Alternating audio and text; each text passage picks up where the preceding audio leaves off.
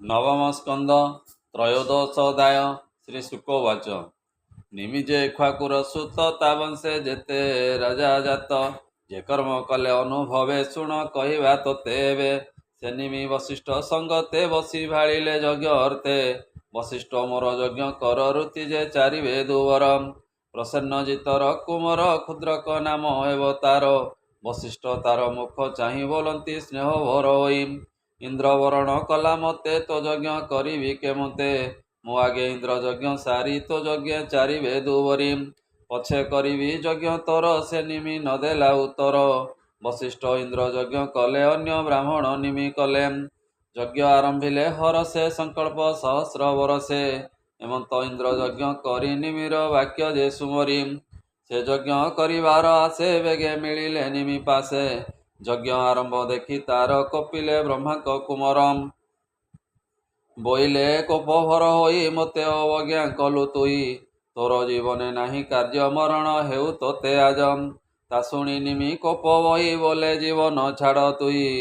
तक्षणे Nimi shop फले वशिष्ठ बसिले निश्चले जीवन गला देहु छाड़ी तक्षणे शून्य मार्गे उड़ी पूर्वशी गर्भे होई जन्म मित्र वरुणक नंदनम निमिजे यज्ञ शाले पशि रहिला यज्ञ स्तंभग्रासी निमि शरीर विप्रजने विचार कले अनुमाने तैल सुगंध द्रव्य नहीं निमि शरीर तहि थोई बोइले पूर्णाहुति काले शरीर दहिबा अनले एमंत बोली यज्ञ कले संपूर्ण पूर्णाहुति देले इंद्रादि देवे जेते थिले विप्रे जे दक्षिणा पाइले देवता ऋषि तोष मने बर जाचिले यजमाने निमिर दे पशु प्राण आंबे करिबा परित्राणम निमि जीवन स्तंभे थिला देह प्रकृति वाक्य कला मोर शरीर कार्य नाही संसार असत्य अटई सकल दुख ए शरीरे मरण भय निरंतरे ए जन्मी मोर ई रात्र दिने अशेष व्याधि सन्निधाने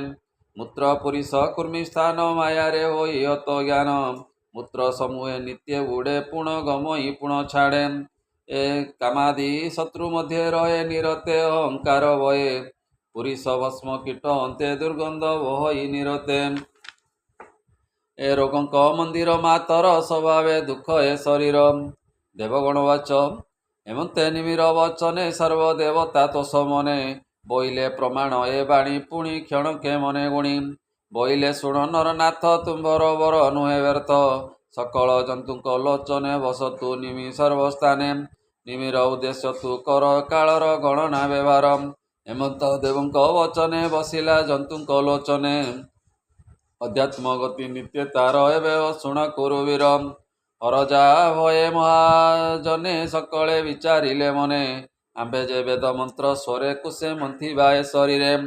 जेमते पुत्र जन्म होई निर्भये प्रजा को पालई एमते विचारी मनरे तक्षणे निमिर शरीरे एकुशे मंथिले वेद स्वरे तक्षणे जन्मिले कुमरे जन्मते जनक होइला विदेह नाम से पाइला मंथने मिथिला ता नाम भये अशेष गुणधाम हेमंते निमि राजबला मिथिला पुर बसाइला ता पुत्र उद वसु नाम नंदी वर्धन ता नंदनम सुकेतु नामे तार सुत तार संतति देवव्रतर बृहद रथ तात महावीर्य जातम सुधृत ताहार कुमर धृत केतु ता वंशधर तौ हर्यक्ष हुए जात मरु अटई तार सुतम प्रदीप हुए ता नंदन ता सुत कृत रथ नाम तार कुमर देव मीढ़ जाचित जोगभ्यासे दृढ़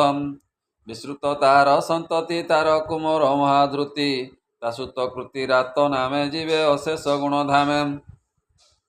तार संतति महारोम रूपे शशांक नुहे सम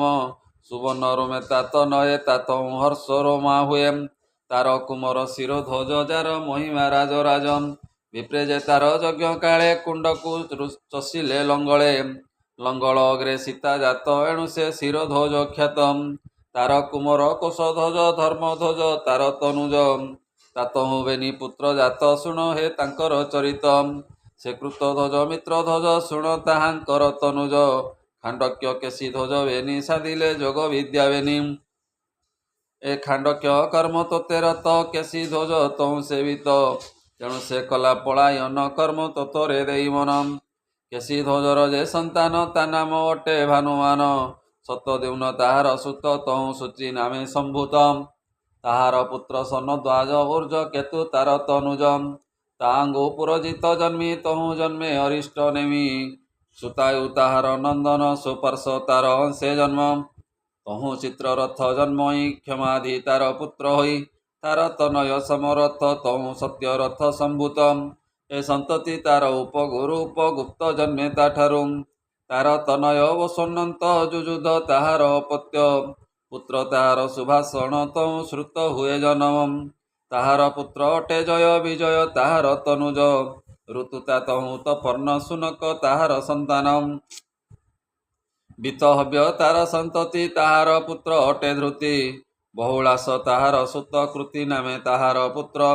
ଜନକ ବଂଶେ ରାଜା ଯେତେ କହିଲୁ ଭୂତ ଭବିଷ୍ୟତେ ସେ ସର୍ବେ ଯୋଗ ବିଦ୍ୟା ସାଧି ତରିଲେ ସଂସାର ଜଳଧି ବୋଇଲେ ବିପ୍ର ଜଗନ୍ନାଥ ନବମ ସ୍କନ୍ଧେ ଭାଗବତ ରବିର ବଂଶେ ରାଜା ଯେତେ ସେ କଥା ବଂଶାନୁଚରିତେ ତୋତେ କହିଲୁ ପ୍ରିୟ ଭାବେ ସୋମର ବଂଶ ଶୁଣ ଏବେ इति श्रीमद्भागवते महापुराणे पारमहंस्यां सहितां वयासिक्यां नवम स्कन्धे वंशानुचरिते नाम त्रयोदशोऽध्यायः बोलानन्दे कवार हरि हरि बोल।